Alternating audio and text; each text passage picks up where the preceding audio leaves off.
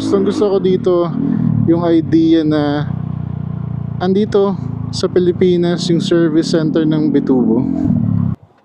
Yan, dito pala, kagaya ng stock, hindi naman siya masyadong kita. So wala siyang baso dito. Ito yung bago nating gulong. So ito siya.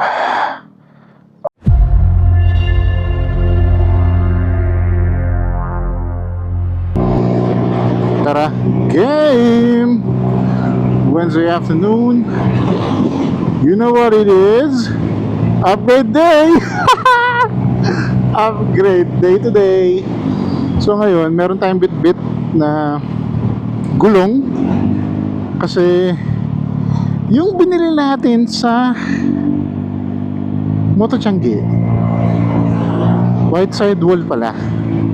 So kung nakita niyo yung shorts ko before na pinost, nag-attempt na tayong ilagay yung gulong. Punta tayo kay Scooter Depot. Pagbukas ng balot, outside wall. So hindi natin pinalagay, binenta natin yun.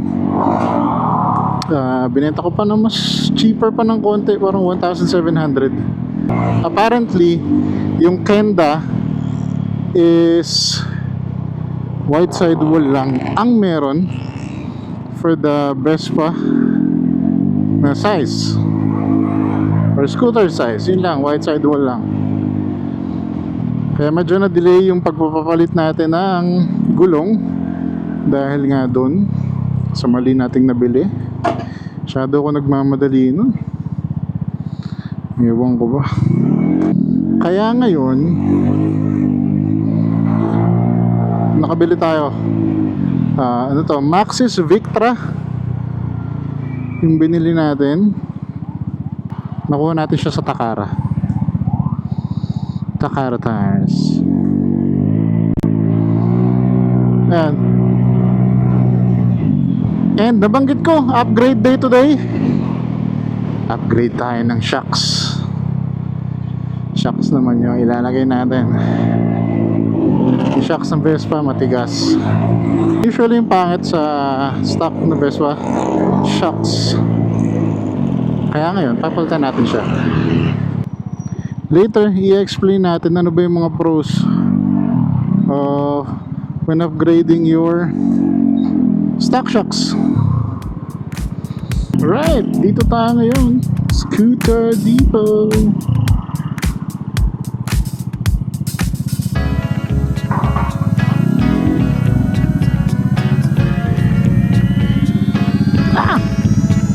This world is so cold and deceiving, filled with lies and disguises and cheating. I got just the right sugar to sweeten, turn it all to the garden of Eden. I can make the gray turn gold, I can make the sun come out, I can make the bland turn bold, show you what it's all about. I can make all your edges smooth, I can make your visions come true. Just like a filter, whenever you want me, I'm here for you. I make you brand new. Just like a filter, all of them flaws, baby, worse than yours. Let's bang it true. I can give you a vibe and a reason. You just have to give in to the feeling. Don't you know that believing is see it? Let me paint you a world you can dream it. I can make it colorful, I can make the sharpness blur, I can make it possible, I can make the surface pure, I can let you into paradise. Alright! I can make it all just Galing tayo again sa Scooter Depot. Ayan, nakita nyo, in-upload natin itong Bitubo shocks made in Italy. Bakit nga ba tayo nag-Bitubo shocks? Gustong gusto ko dito yung idea na andito sa Pilipinas yung service center ng Bitubo, which is none other than Scooter Depot. Maganda yun kasi wala kang kaba-kaba. Also, tuning nila is free of charge kapag sa kanila ka bumili ng shocks.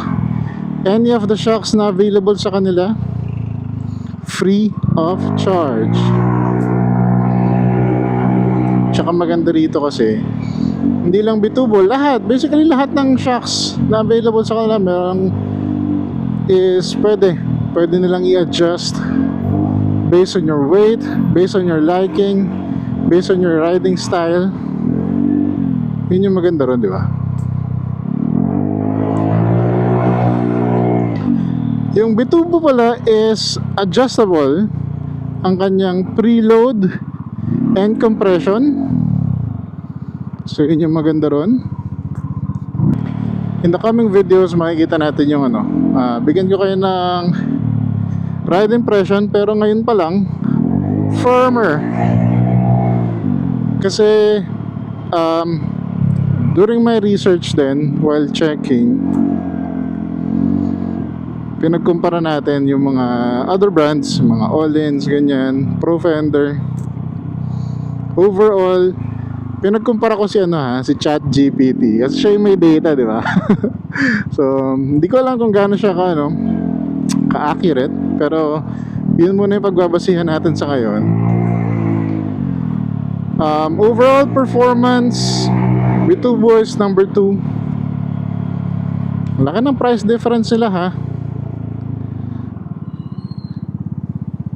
So marami kasing factor na kinonsider si ChatGPT. Ang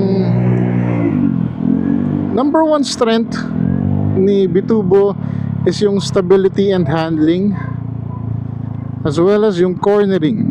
So doon siya nag-stand out, number 1 siya doon sa ranking na yon. Ika nga ng internet is it is for a spirited rider tsaka sa mga fast riders. Excited ako i-try ito sa cornering. Lalo ngayon sinabayan din natin siya ng bagong gulong. So definitely bibigyan tayo ng nito, confidence na mag-ride, especially sa corners, which is ako, yun talaga ever since yung hindi ako confident sa skill ko na yun. Hopefully soon makaakit tayo, at least marilaki man lang para matest natin sa twisties, ganyan. Ganda na itsura niya. Nag-pop siya dun sa nag-pop yung kulay pula, racing red, ika nga. So litaw na litaw. Kasi yung stock na ito, diba, itim. So we were testing it out earlier. Yung shocks niya, kung i-compare natin sa stock, is medyo nagbo-bottom yun sa stock, di ba? Inaabot pa yata minsan yung iba na dumidikit. Pero yun yung rason bakit ka bakit ka usually nag-upgrade into a performance shocks. Oh, mali.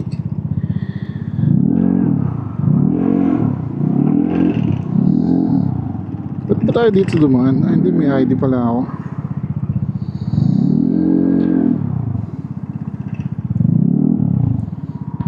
Yung Bitubo meron dalawang kulay. Merong pula na springs and black yung springs. So yung base naman niya is itim na.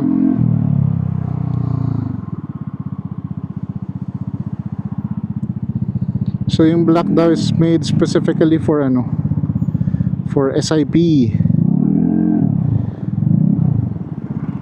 Pero maganda yung kasi nito, nagpa-pop yung red. Speaking of warranty, kagaya ng nabanggit ko kanina, again, Scooter Depot is trained yan. Trained sila to do suspension tuning. Imagine, nag-train pa sila sa Italy, sa mismong Bitubo, para maging service center sila dito sa Pilipinas. Kaya kampante ka. To add din dito, yun yan, during my research kasi nakita natin na yung Bitubo is isa sa mga pioneers when it comes to shock absorbers. Kaya yung performance is, I'd say, nandun talaga. Pero again, malalaman natin yan sa susunod. More miles dito sa ating Vespa para ma-check natin yun. Kaya guys, kamusta yung shocks upgrade ninyo? Was it worth it?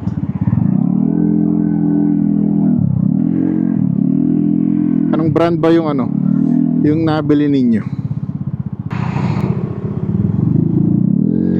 Ride height, I'd say the same lang. Parang mas bumaba pa nga ng konti. Ng konting-konti. Pero parang hindi. Pero definitely hindi kagaya nung baba ng mga OKD na super low. Hindi siya ganun. Kagandahan din kasi dito sa Bitubo is meron siya mga repair kit. So front and rear meron, pati yung sub tank niya.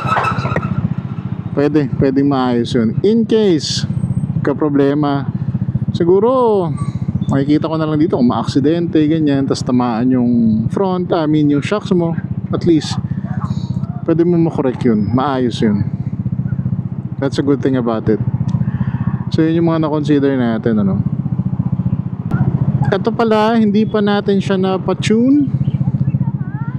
Ang advice nila Sir Eugene, okay pa rin to out of the box, pero syempre best to have it tuned. Pero sabi niya rin is lagyan ko muna ng break in ko muna mga at least 500 kilometers, tapos balik ako. Doon natin makikita yung tuning nila kung paano. Available naman yan dito sa BF and sa Alabang. Excited na ako mag-Marilake. Let's go. Alam mo talaga. By the way, meron ulit Vespa Track Day by PIAA. It's organized by V-Part Central. Ito, competitive racing. Let's go. Saya to. Lang tayo dito. Manonood. Hopefully makahiram ako ng lente na telephoto kay Fujifilm Philippines. Baka naman pahiram lang nung kahit mga 7,300. Hopefully mapagbigyan tayo kasi nagsabi na ako, nagantay lang ako confirmation. Masaya panoorin yung panigurado. Meron mas sa inyong sasali sa sa track day?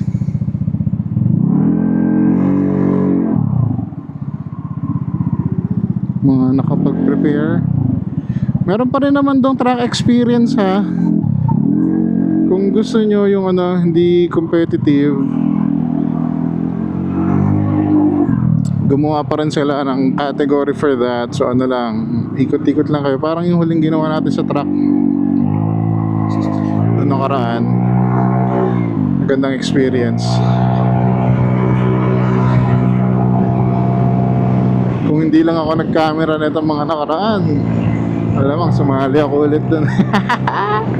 Kaya good luck sa mga sasali. Hopefully safe ang lahat.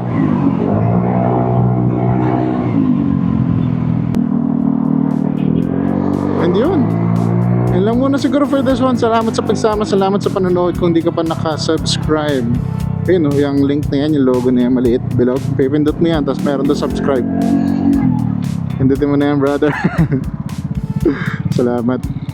Almost 2K subs tayo. Galing, sobra nakakatuwa. Hopefully manood pa kayo sa mga susunod nating videos. Definitely more Vespa videos to come. Until the next one, baboosh!